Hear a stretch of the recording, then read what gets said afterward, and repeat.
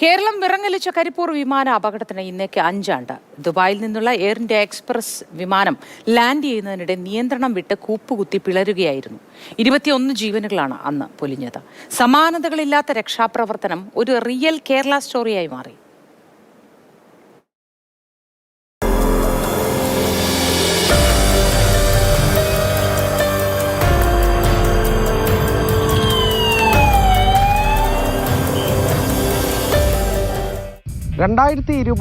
August 7 വൈകിട്ട് 7 മണി ദുബായിൽ നിന്ന് കരിപ്പൂർ അന്താരാഷ്ട്ര വിമാനത്താവളത്തിലെത്തിയ വിമാനം തെന്നി മാറി ആ കുന്നിൻ മുകളിൽ നിന്ന് വീണു എന്ന വാർത്തയാണ് ആദ്യം കേൾക്കുന്നത്.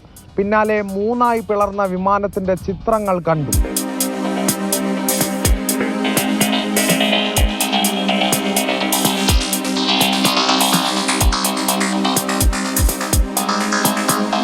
മനുഷ്യർ സാമൂഹ്യ അകലം പാലിക്കുന്ന ഒരു മഹാമാരി കാലം, കോരിച്ചൊരിയുന്ന മഴ, എല്ലാ പ്രതിസന്ധികളെയും അതിജീവിച്ചുള്ള ഒരു നാടൊന്നായ രക്ഷാപ്രവർത്തനമാണ് അന്ന് കണ്ടത്.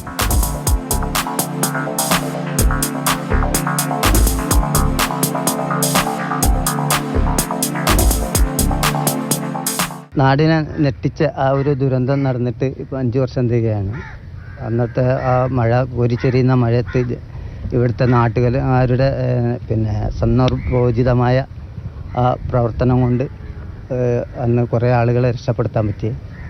സൈറൻ മുഴക്കി ചീറിപ്പായുന്ന ആംബുലൻസുകൾ, ഒപ്പം നാട്ടുകാരുടെ ഓരോ വാഹനങ്ങളും അന്ന് ആംബുലൻസായി മാറി ഈ കരിപ്പൂർ റോഡിലേക്കെത്തി.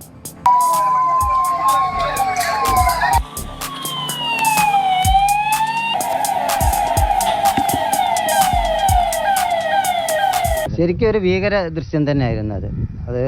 മനസ്സിൽ നിന്ന് ഇപ്പോഴും ആ ഭീകരത വിട്ട് മാറിയിട്ടില്ല എന്ന് തന്നെ പറയാം. പിന്നെ ആ കൊറോണ സമയം വാഹനങ്ങൾ കിട്ടാൻ ബുദ്ധിമുട്ട്, നാട്ടുകാരെല്ലാം ഓടിക്കൂടി കിട്ടുന്ന വാഹനങ്ങളിൽ ആളുകളെ കയറ്റി പോയ ഒരു അവസ്ഥയും ഹോസ്പിറ്റലിൽ എത്തിച്ചതും എല്ലാം ഇവിടെ താമസിക്കുന്ന നാട്ടുകാരെ ഒരു സഹകരണം അതാണ്. 2 പൈലറ്റുമാർ ഉൾപ്പെടെ 21 പേരുടെ ജീവനാണ് അന്ന് പൊലിഞ്ഞത്. പലർക്കും ഗുരുതര പരിക്കേറ്റ ഇന്നും അതിജീവനത്തിന്റെ നാളുകളിലാണ്. ആ കറുത്ത ഓർമ്മകൾ അവിടെ ബാക്കിയാണ്. അപ്പോഴും ലോകം വാഴ്ത്തിയ ആ രക്ഷാപ്രവർത്തനത്തിന്റെ ഐക്യത്തിന്റെ സന്ദേശം തന്നെ അന്ന് കരിപ്പൂർ നൽകിയിട്ടുണ്ട്. അനീഷ് തോട്ടയ്ക്കാടിനൊപ്പം അരുൺ അമൃതനാഥ്, മാതൃഭൂമി ന്യൂസ്, മലപ്പുറം.